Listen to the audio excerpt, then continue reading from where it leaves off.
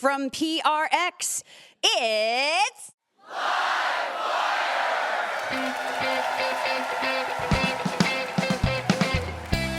This week, cultural critic Jeff Chang.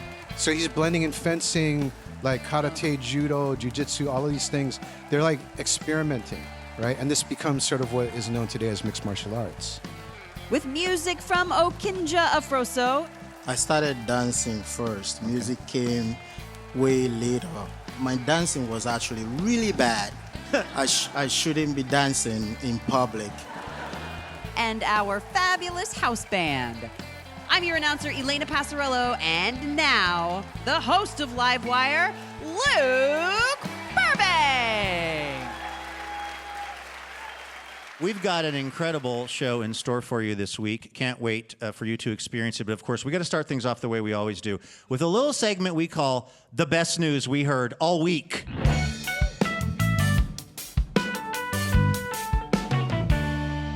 Here's the basic idea behind the segment. Everything is terrible. Yes. And every day is a new fresh hell. Always. But there is still some good news occasionally occurring, sometimes deep in caves. Sometimes... Oh, appropriate. Oh, really? Yes. Oh, I guess I'll find out more. I didn't know how on the nose I was with that. Sometimes we have to look really, really hard for it, but we have found some good news stories. We want to share them with you right here at the top of the show. Elena, what is the best news that you heard all week? Okay, my best news is that I made a new friend. And we are internet friends. Okay. And it's a very one-sided relationship because I just learned about him on the internet, and he's been dead for 5,300 years. Okay. His name is Okaidja the Iceman. Okay. He died on the what is now the Austro-Italian border about 5,300 years ago. Okay. He was frozen in the Alps. What a way to go. And he was discovered in 1991 by some hikers, and they've just been researching on this guy ever since. Okay. Saw a picture of him. I think he's a redhead. Either that or that's just what your bones look like after 5,300 years. One of his feet goes this way, one of his feet goes this way. Uh-huh. But he's still pretty cute. So they've been researching on him for the past 35 years, and some of the recent research has gone into this word that I didn't know until recently, but now I feel like I hear it all the time, microbiomes. Oh, yes. Sure. Like your gut microbiome, Yeah. and you're supposed to eat beans. I don't know. What are you supposed to... Things that have that are fermented are good for your biome. So good whiskey. Gut health. Whiskey counts.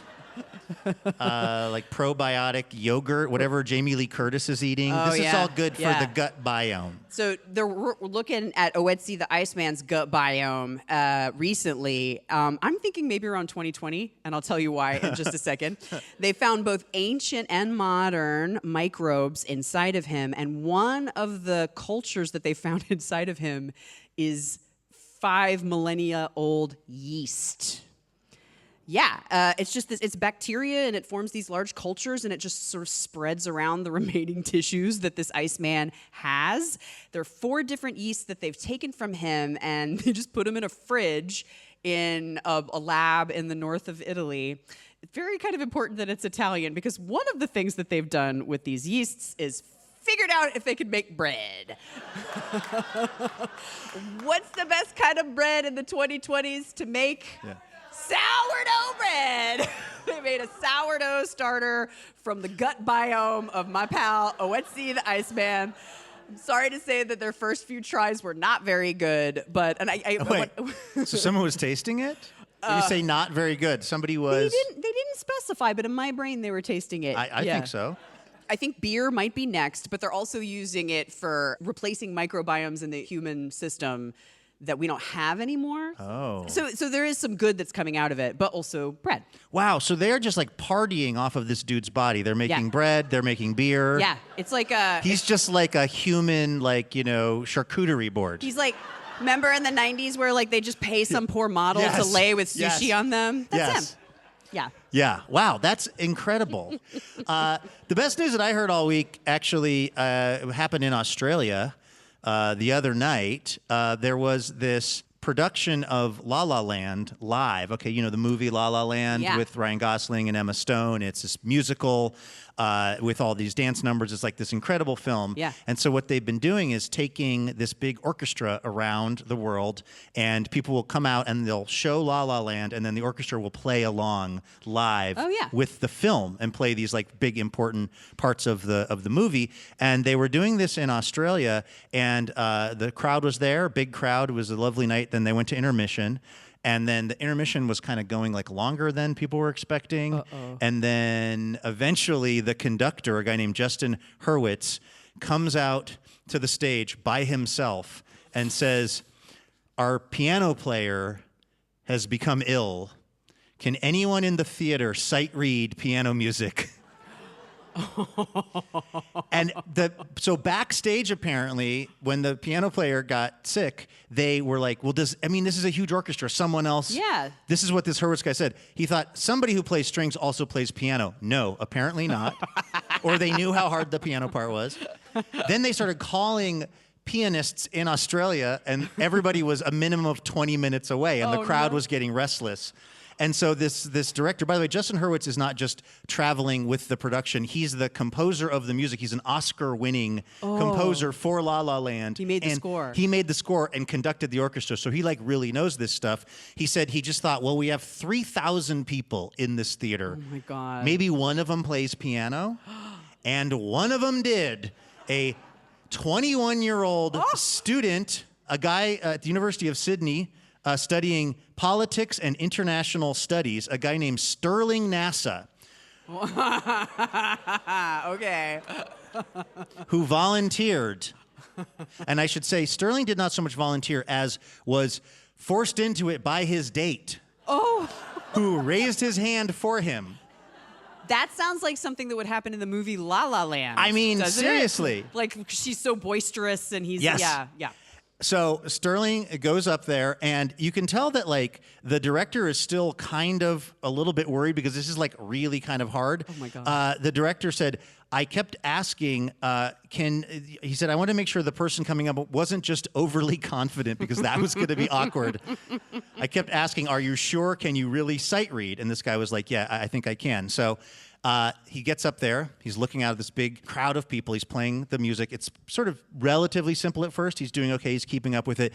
But on the music is this big solo that he has to do, which is supposed to kind of like sync up with Ryan Gosling's character, like playing this really complicated piece. The director, Hurwitz, said the synth solo is really technical. And I thought, even a really high-level professional sight reader would probably not be able to do it. As it was coming up, I was thinking, oh no, how is he going to be able to handle the solo? Sterling NASA told the Australian Broadcasting Corporation he was thinking the same thing.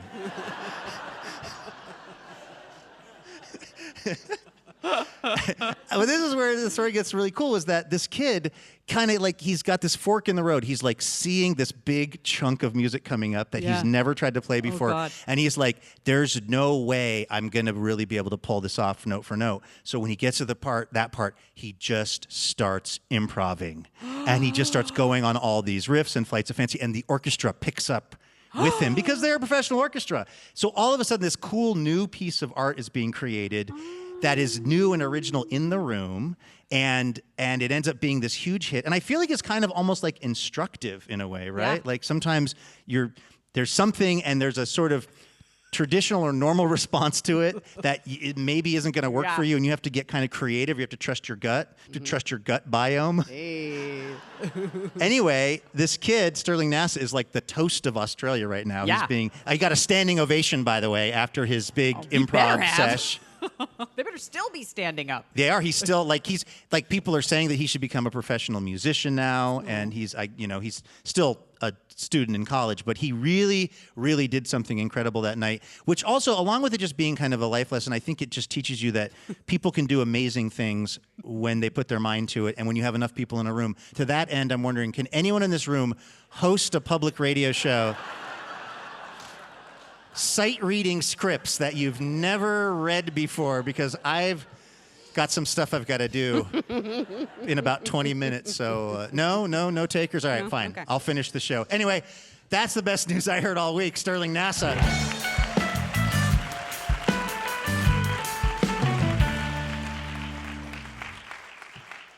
All right, you're listening to Livewire. We are going to welcome our first guest on out, whose first book, Can't Stop, Won't Stop, A History of the Hip-Hop Generation, was named one of the best American nonfiction books of the last quarter century, which is the point at which I would have been like, I'm done writing books. I did it.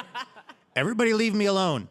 That is not what Jeff Chang did. He went on to write a bunch more amazing books, including his latest, Water, Mirror, Echo, Bruce Lee and the Making of Asian America, which examines Bruce Lee's legacy and very existence, which broke barriers and helped shape the idea of what it means to be Asian in America. It was named one of the best books of the year by Publishers Weekly and is receiving rave reviews all over. We are so excited to have him here on the show. Please welcome Jeff Chang to Livewire.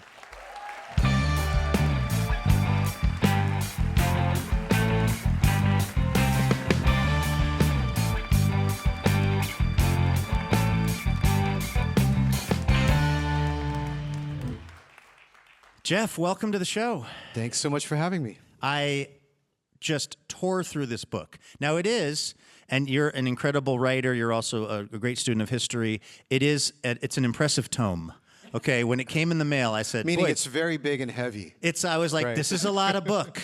And then I sat down and in like two sessions, I read right through it because Wow. it's like the story is so well told. There's so much stuff in there that, of course, I wouldn't have known. In fact, you start the book by saying Bruce Lee is perhaps the most famous person in the world about whom so little is known.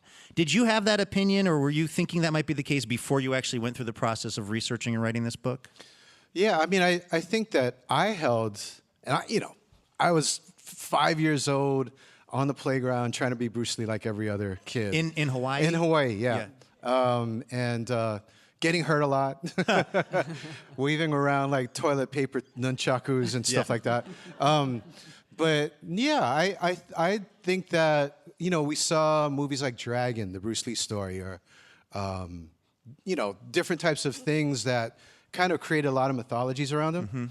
And so when I started researching the book, I actually had to undo a lot of those things. I was meeting a lot of the people who are still surviving, who were his friends and his family members, and just learning all kinds of new things about him. And at the end, it still felt like there was a lot of mysteries that I'll still never be able to resolve. But certainly the journey that I had taken took me very far from the Bruce Lee that I thought I knew when I started the process. I have a million more questions for you, Jeff, but we got to do a quick break here because Sure. we're making a radio show. This is Livewire from PRX. We're at the Alberta Rose Theater this week. We're talking to Jeff Chang about his latest book, Water, Mirror, Echo, Bruce Lee and the Making of Asian America. Quick break and then back with more Livewire in just a moment.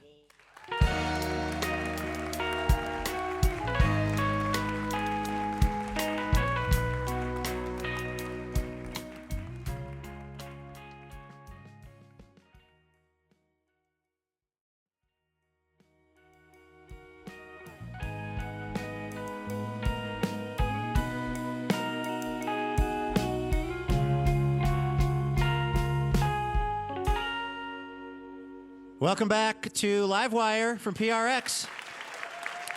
Here we are at the Alberta Rose Theater. Luke Burbank here with Elena Passarello. We're talking to Jeff Chang about his book, Water, Mirror, Echo, Bruce Lee and the Making of Asian America. How involved was the research for this book? How long did it take to write this? I bet you the next thing you're going to say is a long time. Yeah, no yeah. one's ever had that response and been like 2 weeks. Right. Very, very, very long time. I actually haven't gone back and looked at the original contract that I signed. Oh, boy. Because, I mean, it hurts in some ways. There's a lot of people that I didn't get to talk to. Actually, they passed away. Yeah. Bruce would have been, 1940, Asian, bad at math. So it's like, he would have been like, 86 this year? He's going to be 86 this year. Yeah. And so a lot of his peers and contemporaries have passed away. And so I didn't want to think about that. But yeah, a really, really long time. If you have these mysteries about him and he is this kind of unknown figure, what kinds of materials teach you so that you can write the book? Great question. Well, so, I started off in hip-hop journalism. Yeah. Which was like early on, it was just a lot of record reviews going like, that record was dope, that record was whack. Just like stuff like that. But so what I did was I actually started with the martial arts magazines.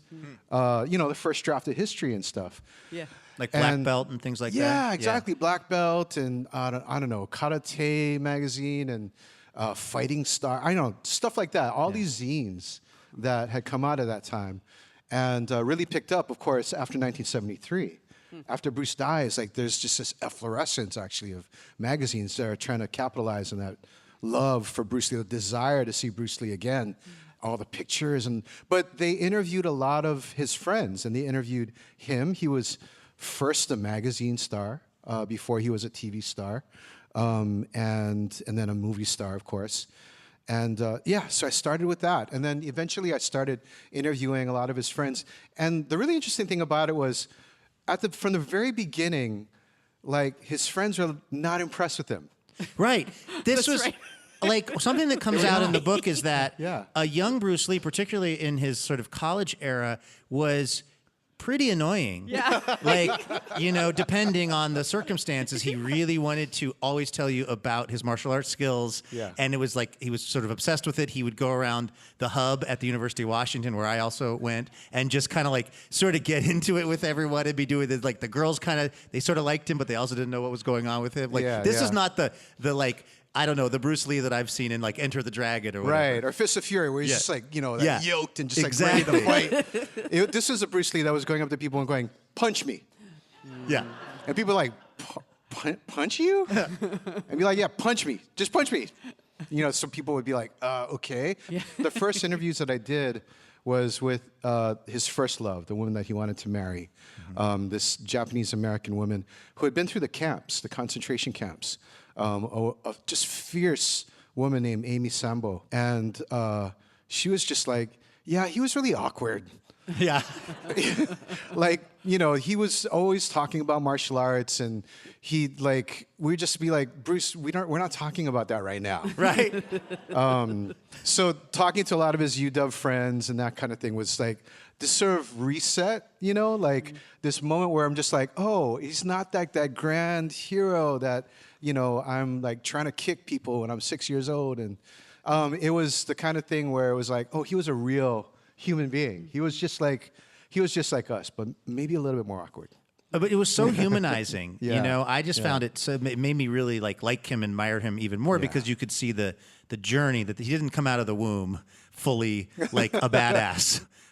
Something that a lot of folks like myself maybe wouldn't have known until reading this book is that Bruce Lee is born in San Francisco in 1940. That's right. But then almost immediately goes back to Hong Kong, where he's raised, and he's like a child movie star over there. Yeah, absolutely. What was his life like in those early years? Well, his father was one of the most famous comedians of the time. And this is a period where Cantonese opera is moving from the stage to the film.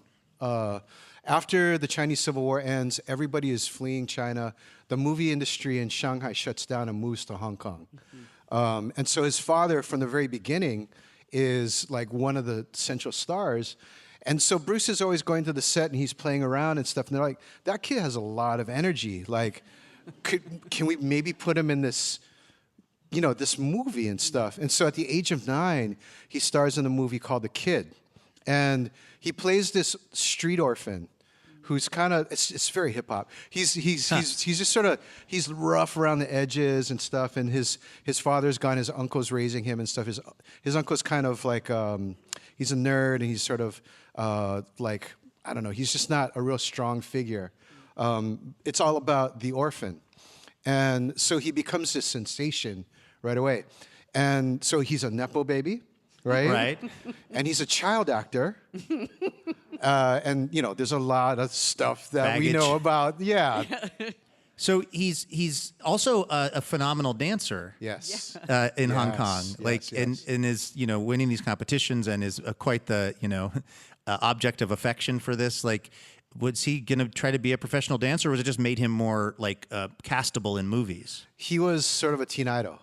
But, he had kind of this dual personality. Like, on the one hand, he's playing these nerds. He has very thick glasses because he actually has very poor eyesight.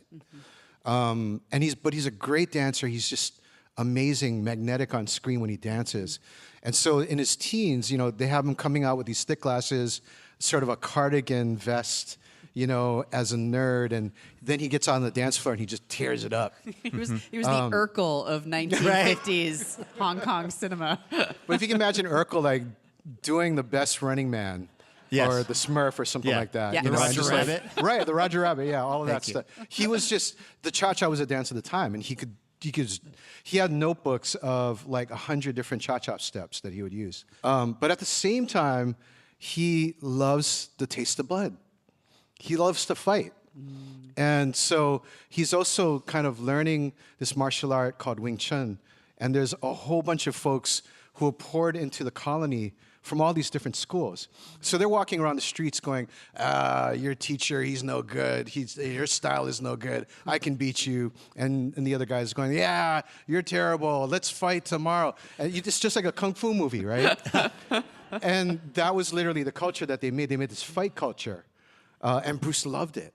And then of course everybody grows up and they make kung fu movies later on, like a decade later. But the thing is he's on the one hand getting into trouble, like getting into all these fights as part of this Bamo fight culture, and then he's also this teen idol. So something's got to give at some point. Yeah. He gets into too many fights, and his parents are like, we're sending you back to the U.S. You're going to be 18, selective service. You got to assert your American citizenship.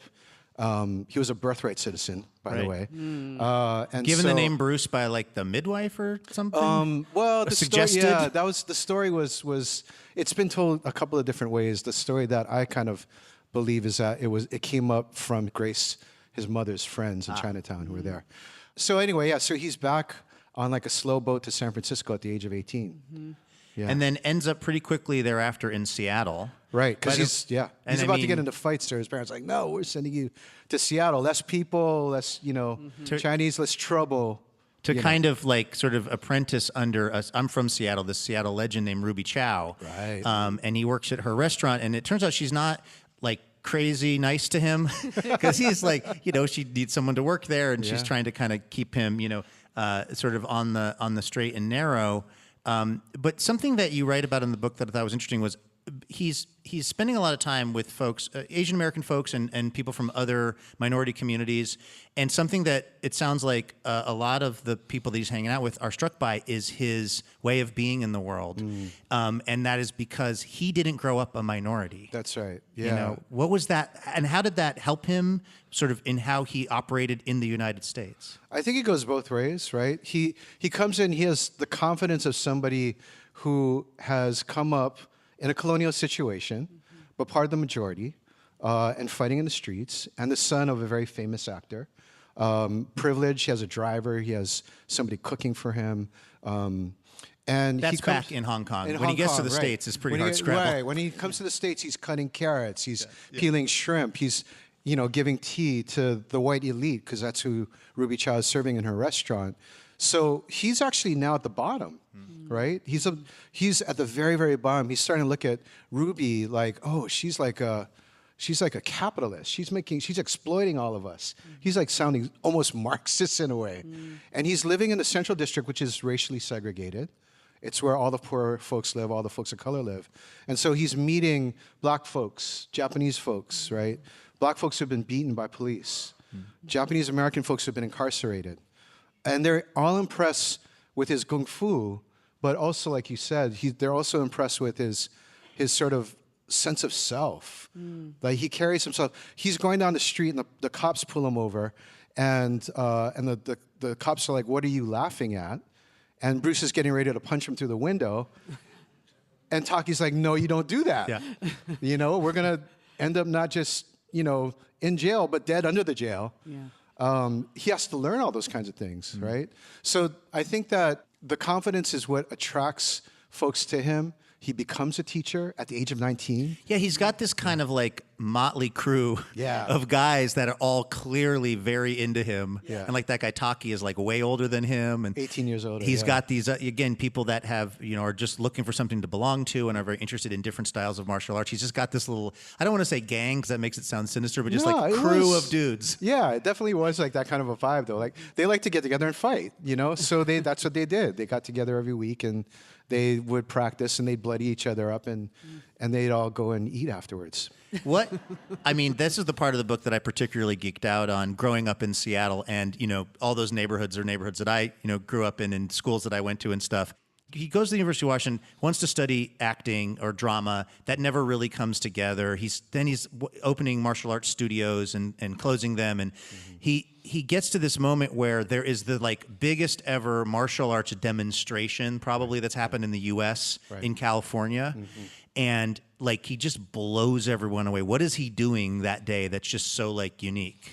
Well, one thing that's happening is this is the first big national championship, and Ed Parker, this Kanaka Maoli, this native Hawaiian guy, has brought together folks from all these different type of styles, and what he's trying to do is to really break Asian martial arts big. And so his idea is, let's have a competition. This is kind of like the plot of Enter the Dragon, but without the nefarious slaves and drugs and all that kind of stuff. But basically, he brings all of them together, and Bruce is like, I don't fight. I don't fight for competition. If you're going to fight me, I'm going to kill you. Right? That's the reason I'm going to get into a fight. And so Ed's like, okay, all right, cool. Calm down. We want to have you do a presentation about your philosophy, right? Why you're mixing these different types of styles. His message is, you want to be efficient. You don't want to be sitting there in a horse stance waiting for somebody to throw a punch at you. It's not going to work. You want to end the fight as soon as possible. And that's why he's been working with all these folks who know these different types of skills and styles. His big thing is, why throw a punch that also blocks? Right. So it's one move. The intercepting fist. Jeet Kune Do. That's his idea. Efficiency. It's taken from fencing. So he's blending in fencing, karate, judo, jiu-jitsu, all of these things. They're experimenting, right? And this becomes sort of what is known today as mixed martial arts. But he's out there, and he's giving this demonstration, and he's pissing off half the crowd because they're in their schools waiting for their sensei or their sifu to tell them what to do next. And he's like, why are you waiting? You can do this yourself. And so he's pissing off a lot of sifus and senseis. And then the other folks are like, it's the 60s. This is our kind of talk, right? Yeah, right. Right on, brother. Yeah. So he does this thing. He does the 1-inch punch, right? Which is just this punch where he just puts the person here and punches them, and then they go flying back. He barely 20 moves. feet. His fist is only going an inch. It's like putting your card in an ATM. Right. That's the distance between, Except the ATM flies back 10 feet after you do it. It's the bank, It's almost To the other side of the bank it hall, defies the laws of physics, basically, when people see it. And he's a big hit at this show, but then it turns out at the show is a guy who's like a hairdresser to the stars. Jay Sebring, yes. Who is like, oh, that guy's amazing. And Yes. then that, in a roundabout way, leads to him getting cast in The Green Hornet as Kato. Absolutely, yeah. And he was up for the part of number one son of Charlie Chan. Oh, right, before that. Right. So, I mean, these are the roles that they're affording Asian Americans at that point. You can be the evil villain, like Fu Manchu, or you could be the model minority, Charlie Chan. But then you can't even be that. Those guys have to be played by white guys. Yeah, Charlie Chan. In yellow face, right? You can be the backup to Charlie Chan, or you can be the assistant to Fu Manchu. That's the best that you can do as an Asian male. Yeah. So this is going to be the first Asian male lead, and of course, they're not ready for it. So they're like, "We'll give you the sidekick to the Green Hornet." Because Batman is like this breakout hit. Nobody expects this is like the Adam West campy Batman, and everyone's like, "Oh, we love this." Yeah. So they're like, "We got to get more of this superhero stuff." So they do the Green Hornet with his sort of sidekick Kato. Was Bruce Lee conflicted at all? I mean, obviously he needed the job, and it was good for his career, but he was a person who was very self-possessed and was very aware of how he was being perceived. What were his thoughts about playing this? He didn't want to be, I believe you write in the book, the Asian Tonto. Right. And I think that he eventually realized that's kind of what he was playing. But I think he went in, eyes wide open, trying to play the game. He gets an acting coach. They get the scripts. The acting coach and him sit down. They're like, "Where's your lines?" He's like, "Oh, I guess I don't have any lines." They didn't give him any lines because nobody bothered to think about what an Oriental would say on national TV. And so, he has to kind of work through it. And I think that he plays the game at first. What happens is he's always saving the Green Hornet's butt. Right. Because the Green Hornet, he's like a backseat boss, you know? He's basically like, drive, Kato. Like, kung fu, Kato. Like, save me, Kato. And so the kids are watching, and they're like, oh, we know who the real hero is. Right. Like the Kato merch starts like outselling the Green Hornet because people are like, wait, actually Kato is way better. Right, exactly. They love Kato. And so eventually they're like, okay, Bruce, what are your ideas? And that's where he's able to kind of work a little bit of Asian philosophy and Asian fighting arts into the Green Hornet. And even though the Green Hornet, it goes one season, and then after that, Bruce Lee is now kind of looking for acting work again. He's now teaching martial arts to like Steve McQueen and Roman Polanski for like a lot of money. So that's good. He's like friends with Kareem Abdul-Jabbar. Yeah. But meanwhile, in Hong Kong, they've started showing the Green Hornet. They're calling it the Kato Show. Right, right. They're like, this guy, they know what's up. Yeah. So he goes back to Hong Kong for like an anniversary of his father's passing, I believe, and all this, everyone's like, oh my God, Bruce Lee is here. Yeah. So he starts he's approached to make some films over there, and that's when his career really goes takes to another off. level. What's happening for him then? Well, what it is he really wants to break in the U.S. He wants to break in Hollywood. So he goes out for a part for a TV show that's called Kung Fu. Huh, interesting. And of course, You'd think you'd want like a kung fu master who happens to be Asian American to play that role, Jeff. he's like the guy that's popularized Kung Fu, right? And every Asian American actor is looking at this going, oh, he acts, he does Kung Fu. We're not even going out for this part. And they say, we can't understand what he's saying. Now, Bruce has a British accent. Yeah. Right? It's just that he doesn't have the right face. Right. So they give it to, of course, a white guy. They give it to David Carradine, who they tape up his eyes and they darken his skin. And David Carradine says later on, I stooped on the set so I could be more Oriental. And he realizes at that point, oh, that's how they see me. Like, I see myself as a main character. Hong Kong, Golden Harvest, they're willing to give me a shot. I've gone and made this movie. It's become a record-breaking movie in Asia. Like, it's broken all of the records. It's the top of the box office. But they won't give me this part in the U.S. And so he decides that he's going to try to stay in Hong Kong. But he's always got his eye on Hollywood. And he's making these movies, and he has this tremendous run of making these films that are making, millions and millions, breaking box office records, and are really sensations all over the world.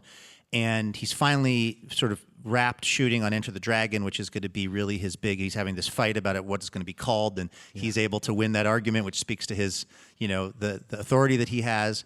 And then, of course, he passes away totally unexpectedly, very suddenly, at the age of 32. Yes. And I mean, which I would imagine is, as happens with people when they die at a young age, they're sort of frozen in time and in a snapshot for us. I mean, do you think that's part of the mystique of Bruce Lee, is that we only know him at the height of his kind of Bruce Lee-ness? Yeah, absolutely. I think it's also a part of the story of that particular period. I mean, there's another contemporary of his from Seattle who comes up at the same time, similar type of story. Like Jimi Hendrix has to go overseas to be seen and become a star, and then comes back and dies young, very early, way before his time. And so like Jimmy and Bruce are kind of frozen in time for that particular period. And I think it's especially melancholy for Asian Americans because, he breaks through. There is no stereotype of Asians as martial artists before Bruce Lee, right? Bruce Lee makes it, right? Wow. And so the stereotype then happens after Bruce Lee. But there's just that one breakthrough. And so that's a stereotype. We don't get the range of representations that we wanted. If Bruce had lived, like, what could he have done? Could he have starred in a movie with Sophia Loren or Elvis Presley, or all of these types of things were there? Do you ever do that in your brain? Like think about the movies that were made in the 15 years after he died and cast him in the Thomas Crown Affair or something. Do you have a list of movies that you wish you would have done? Like, damn, like he could have been really, really good in Star Wars or whatever. Well, and actually, there's so much Asian philosophy in Star Wars. Yeah. Right? Mm-hmm. I mean, George Lucas was, studying a lot of that. And a lot of the folks were. And again, this is one of those things I try not to think too hard about because it just hurts too much. Yeah. Like it takes another generation to get to Brandon, his son trying to break through, and this sort of efflorescence of Asian American films in the early 1990s, and then Brandon gets killed on the set in a totally tragic freak accident with a weapon that's supposed to be shooting a blank, and it ends up killing him. Yes. I mean, just the tragedy of that lineage is really hard to process. There's something that you write about in the book, and I guess you were kind of alluding to it, Jeff, which is to think about Bruce Lee as the sort of way he was perceived in Hong Kong, or to think about the way he's perceived maybe by white Americans is kind of, or Americans who are non-Asian is maybe missing the group of people he was maybe the most important to, which would be Asian Americans, right. like that category of folks, and he was something really special to folks like yourself. Absolutely. And I think that, in sort of reverse engineering the book, thinking about what he means to us as an Asian American was also a way to understand why Bruce continues to actually be so important to so many people all around the world. And it's that he represents an underdog, right? And it's not because of the way he grew up in Hong Kong, and it's not because he assimilated and became just like a white person.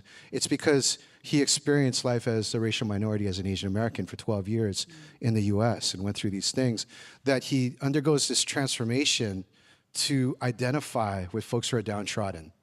And I think that's this process of Asian Americanization that a lot of us kind of go through. And so that's the point of view that I kind of wanted to write the book from. Yeah. The title of the book is Water, Mirror, Echo. Why did you choose those words?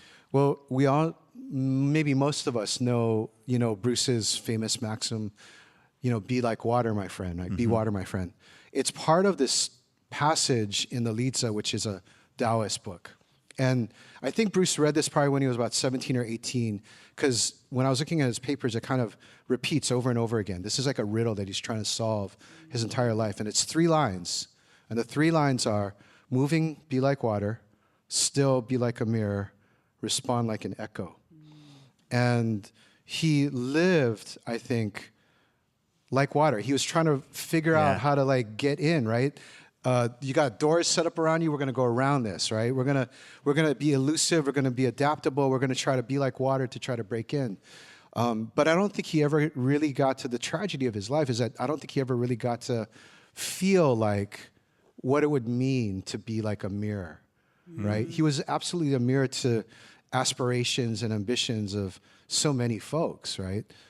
Asian Americans and so many other folks. Yeah. And then, of course, now we're here on a stage talking about him where we aren't talking about Steve McQueen or James Coburn, who were the biggest stars of that particular time. Yeah. It's an incredible book. It's Water, Mirror, Echo, Bruce Lee, and the Making of Asian America by Jeff Chang. Jeff, thank you so much for coming on Livewire. Thank you.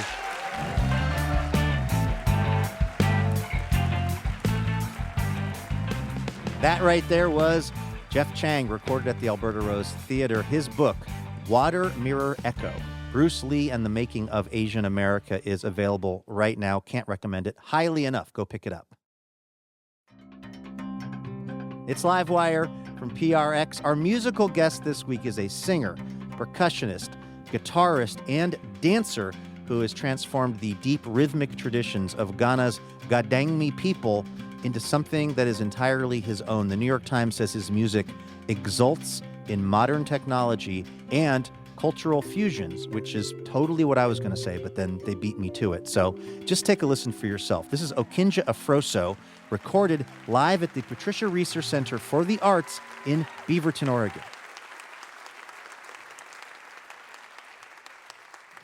Welcome to the show. Thank you. I've been having such a great time this week listening to your music and getting familiar with the form, which I wasn't familiar with before. What can you tell me about it? When did you start playing music just in your life? I started dancing first. Okay. Music came way later. My dancing was actually really bad. I shouldn't be dancing in public. But I didn't care because it made me feel something that I don't feel otherwise. So I kept dancing. And then after I got a teeny bit better, I joined the National Dance Company. Wow. At University of Ghana. They thought I was not good, but if they train me, I could be better. And so that's how my journey started. Music just happened to be playing in my head all the time. And for instance, I would take the guitar or I'll play guitar lines with my mouth to people, and they couldn't play quite what I want. So I thought, hey, let me teach myself to play the guitar. And so I hop on YouTube. YouTube? About 7 years ago, and the rest has been a journey. Did you realize that you were also creating a kind of a bit of a new genre, or you were creating this fusion? You know, I've been in America for about 26 years, and so I soaked up a lot of music from American music to South America and also where I came from, Ghana. But at some point, I wanted to take that out of my head to be able to create something that I can call my own. I was looking for my own voice. And I think all the influences have made my music what it is today. How do you create a song? Where do you usually start? Usually, I think it comes with the melody on the guitar.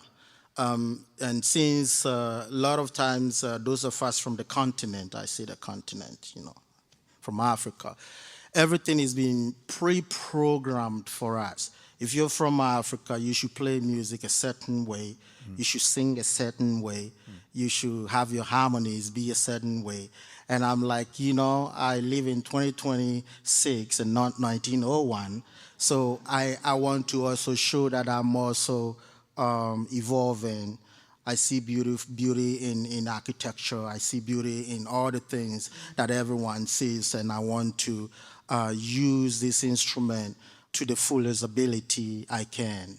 So always comes with a guitar and melody on the guitar, and then I bring that to the words, which the language, Ga, is really, really suffering. So I want to help to keep the language alive. So I only sing in Ga. I'm biased about that, but I speak to my audience in English. So the melodies comes first, then I wrap the words to the melodies that I'm playing. And that's what makes my music a little bit unique. Yeah. This is Livewire. We are talking to the musician Okaidja Afroso. We got to take a very quick break, but when we come back, Okaidja will play us a song that you do not want to miss. Trust me on this one. So stick around right where you are. We've got more Livewire coming your way in just a moment.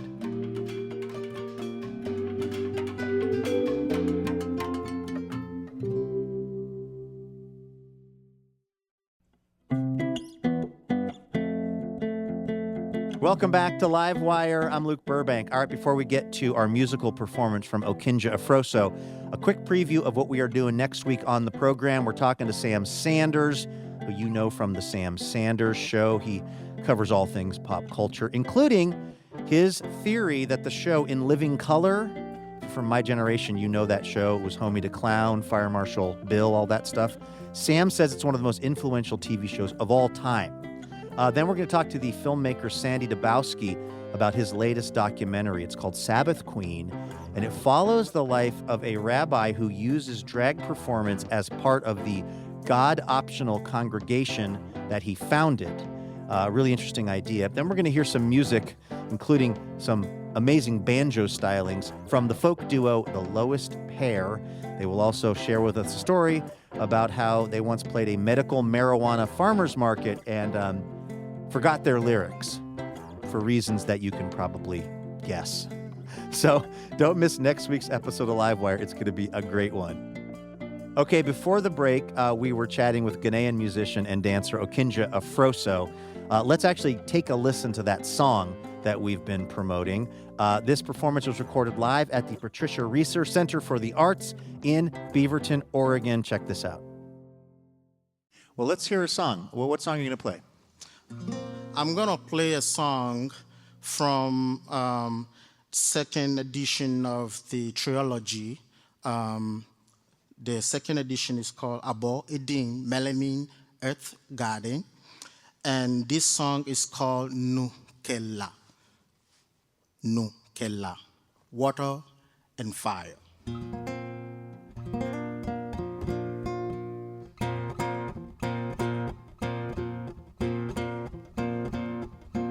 Kobo ahoche, ahoche, kobo ahoba, ahoba, kobo ahoche, ahoche, kobo ahoba, ahoba,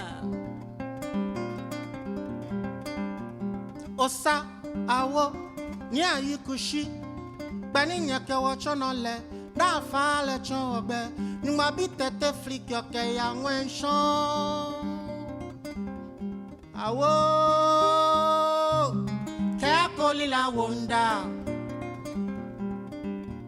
awo kela la yue ma wonda makase male mayue makase awo chomo minimale nani le kusu minu ya wale mana minu ya ni meke na mana minu ya nye meke chamana mikabe kwecho mikushiwe eko mefe mo ategbala lele kejo numli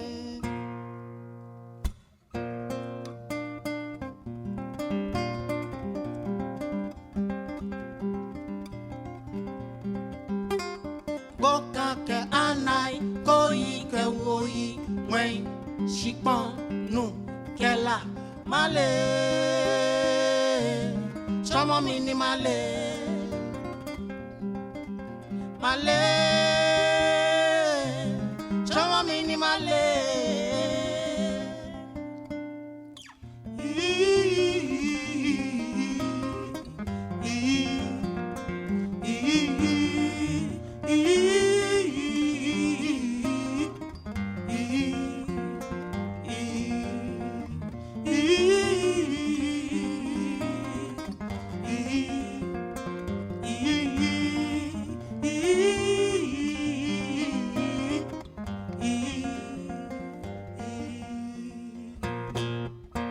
Kobo ahoche, ahoche, kobo ahoa, ahoba, kobo kobo kobo kobo ahoche, ahoche, kobo ahoa, ahoba, lala hano no go yino no go chemi no le chentwese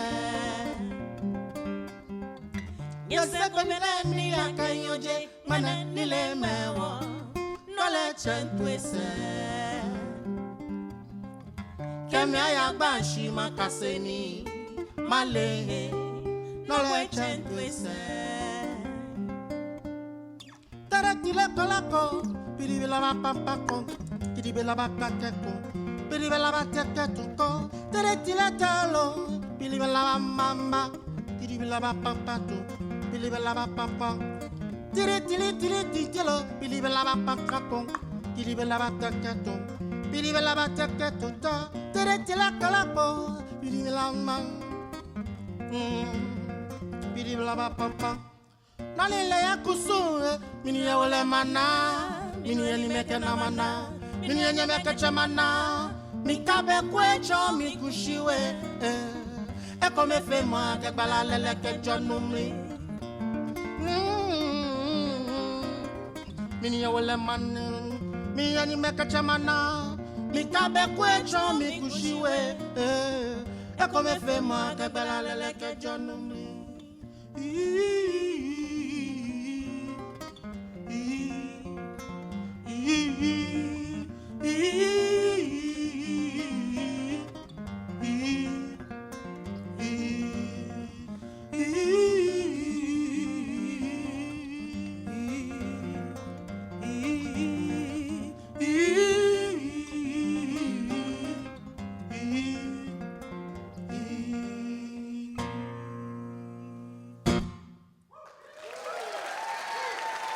Thank you. Thank you.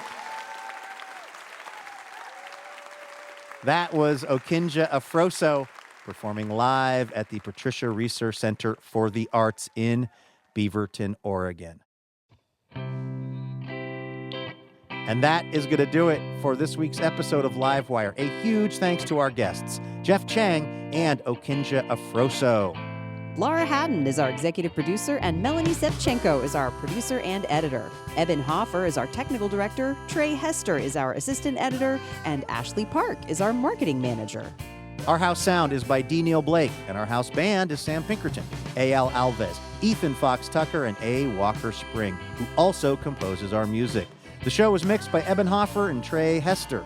Additional funding provided by the James F. and Marion L. Miller Foundation. Livewire was created by Robin Tenenbaum and Kate Sokoloff. This week, we'd like to thank members Shira Fedeli of Eugene, Oregon, and Tim Harkins of Carson, Washington. For more information about our show or how you can listen to our podcast, head on over to livewireradio.org. I'm Luke Burbank for Elena Passarello and the whole Livewire team. Thanks for listening, and we'll see you next week.